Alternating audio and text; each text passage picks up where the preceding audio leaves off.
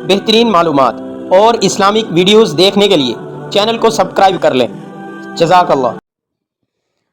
مکہ مکرمہ تاریخی خطہ حجاز، سعودیہ عرب کے صوبہ مکہ کا دارالحکومت اور مذہب اسلام کا مقدس ترین شہر ہے۔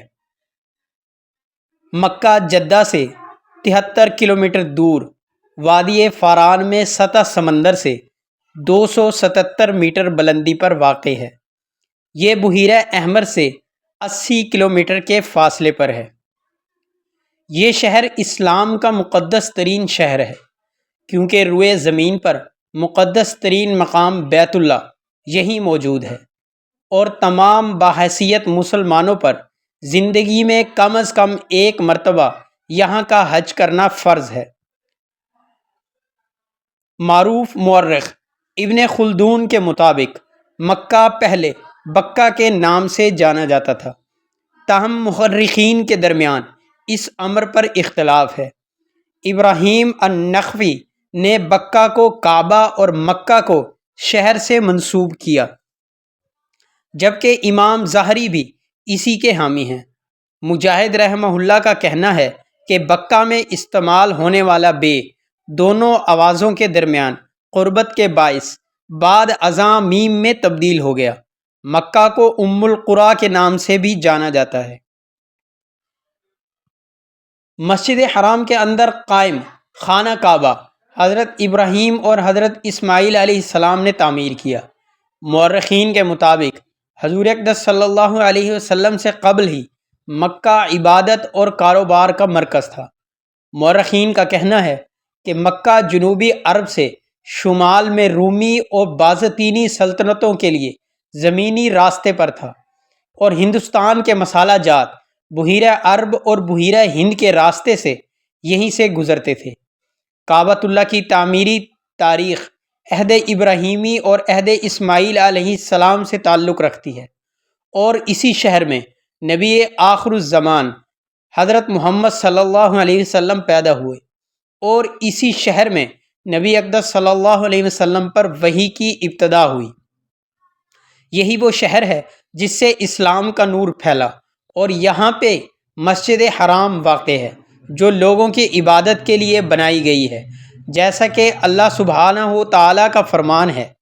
اللہ تعالیٰ کا پہلا گھر جو لوگوں کے لیے مقرر کیا گیا وہ وہی ہے جو مکہ مکرمہ میں ہے، جو تمام دنیا کے لیے برکت و ہدایت والا ہے۔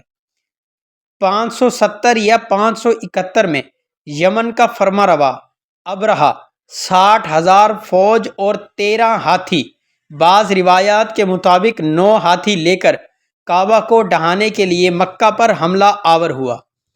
اہل مکہ اس خیال سے کہ وہ اتنی بڑی فوج سے لڑ کر کعبے کو بچانے کی طاقت نہیں رکھتے، اپنے سردار عبد المطلب کی قیادت میں پہاڑوں پر چلے گئے۔ اس پر اللہ تعالیٰ کے حکم سے ہزاروں پرندے، جنہیں عام طور پر ابابیل کا نام دیا جاتا ہے، اپنی چونچوں اور پنجوں میں سنگریزے لیے ہوئے نمودار ہوئے، اور انہوں نے ابرہہ کے لشکر پر ان سنگریزوں کی بارش کر دی۔ چنانچہ یہ سارا لشکر مینا کے قریب وادی محشر میں بالکل کھائے ہوئے بھوسے کی طرح ہو گیا۔ تو اس طرح یہ مکمل لشکر اللہ تعالیٰ کے حکم سے تباہ و برباد ہو گیا۔ اللہ تعالیٰ نے اس حادثے کا قرآن مجید میں کچھ اس طرح ذکر فرمایا: کیا آپ نے یہ نہیں دیکھا کہ آپ کے رب نے ہاتھی والوں کے ساتھ کیا کیا؟ کیا ان کی سازش اور مکر کو بیکار نہیں کر دیا، اور ان پر پرندوں کے جھنڈ بھیج دیے جو انہیں مٹی اور پتھر کی کنکریاں مار رہے تھے، بس انہیں کھائے ہوئے بھوسے کی طرح کر دیا۔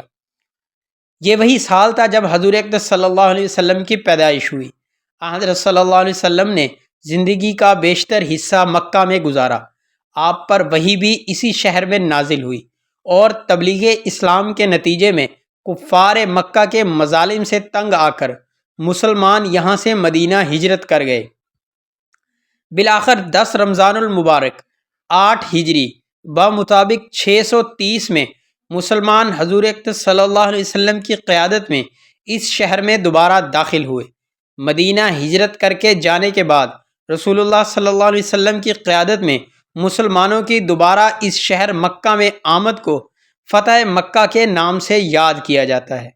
اس موقع پر حضور اقدس صلی اللہ علیہ وسلم نے تمام اہلیان شہر کے لیے عام معافی کا اعلان کیا۔ خلافت اسلامیہ کے عروج پر پہنچنے کے بعد مکہ مکرمہ مسلم دنیا کے معروف علماء اکرام اور دانشوروں کا مسکن بن گیا، جو کعبۃ اللہ سے زیادہ قریب رہنا چاہتے تھے۔ اس زمانے میں سفر حج کی مشکلات اور اخراجات کے باعث حجاج اکرام کی تعداد اتنی زیادہ نہیں تھی جتنی آج کل ہے۔ 18ویں اور 19ویں صدی کے نقشہ جات اور تصاویر سے ظاہر ہوتا ہے یہ ایک چھوٹا سا شہر تھا جس میں مسجد حرام کے گرد ایک شہر قائم تھا۔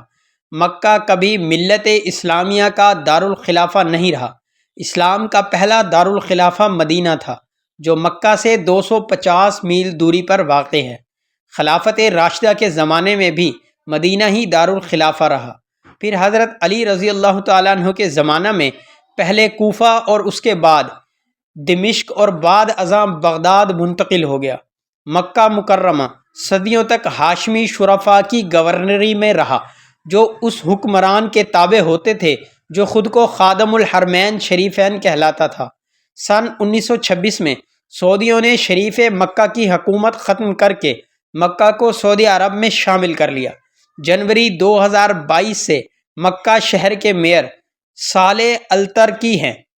جدید زمانے میں حاجیوں کی روز بروز بڑھتی ہوئی تعداد کے باعث شہر تیزی سے وسعت اختیار کرتا جا رہا ہے اور اس شہر کی اکثر قدیم عمارات ختم ہو چکی ہیں، جن کی جگہ بلند و بالا عمارات، شاپنگ مالز، شاہراہیں اور سرنگیں تعمیر کی گئی ہیں۔